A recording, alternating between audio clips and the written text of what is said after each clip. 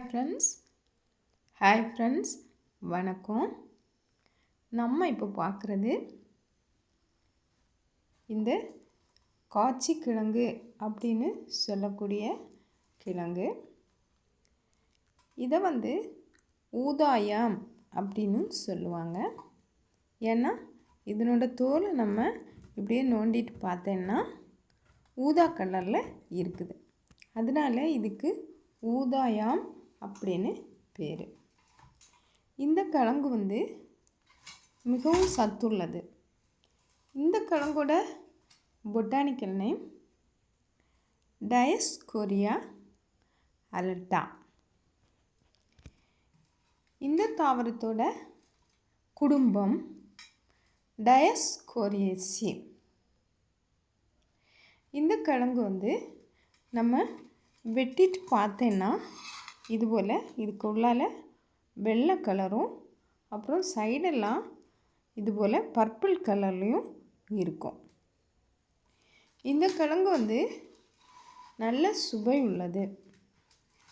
இதிலேருந்து நம்ம நிறைய ரெசிபீஸ் தயாரிக்கலாம், தொக்கு தயாரிக்கலாம்.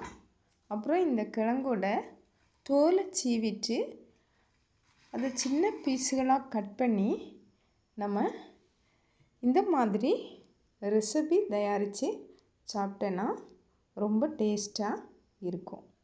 இதில் உப்பு அப்புறம் தேங்காய்,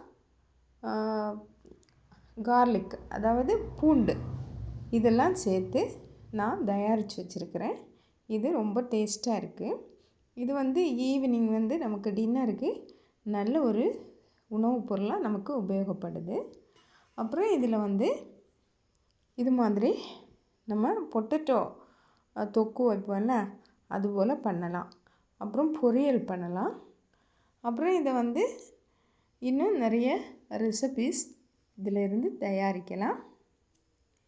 இந்த கிழங்குல விட்டமின்ஸ் அப்புறம் பொட்டாசியம் அதிகமாக இருக்குது.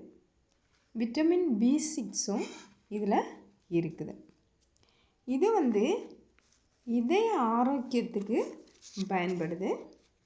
அப்புறம் செரிமானத்தை தூண்டுவதற்கும் இந்த கிழங்கு நமக்கு உபயோகப்படுது. அப்புறம் மூளை நல்ல முறையில் ஆரோக்கியமாக இருக்கிறதுக்கும் செயல்படுறதுக்கும் இதில் இருக்கக்கூடிய சத்து பொருட்கள் மிகவும் முக்கியத்துவம் வாய்ந்ததாக இருக்கிறது. இதில் நோய் எதிர்ப்பு சக்தி அதிகம் இருக்குது அப்படின்னு சொல்கிறாங்க. இது எடை இழப்பு அப்படின்னா நல்ல மெலிகிறவங்களுக்கு இதை சாப்பிட்டாங்கன்னா நல்ல ஒரு ஆரோக்கியமான உடல்நிலை வரும் அப்படின்னு சொல்கிறாங்க. அப்புறம் என்னென்னா இதில் இதில் இருக்கக்கூடிய ஆக்சிஜன் ஏற்றிகள் அது எதற்கு உபயோகப்படுதுன்னா வீக்கம், உடம்பில் வீக்கங்கள் ஏதாவது இருந்துச்சுன்னா அதை குறைக்கிறதுக்கும், அப்புறம்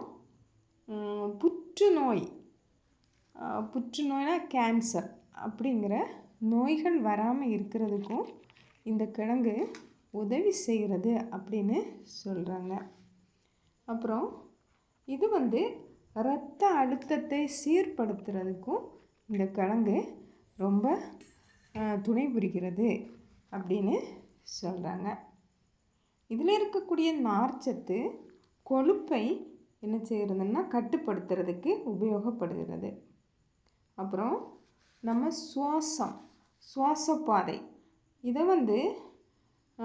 நல்ல முறையில் இயக்க வைக்கிறதுக்கும் இந்த கிழங்கு நமக்கு உபயோகப்படுகிறது அப்படின்னு சொல்கிறாங்க. தேங்க்ஸ்.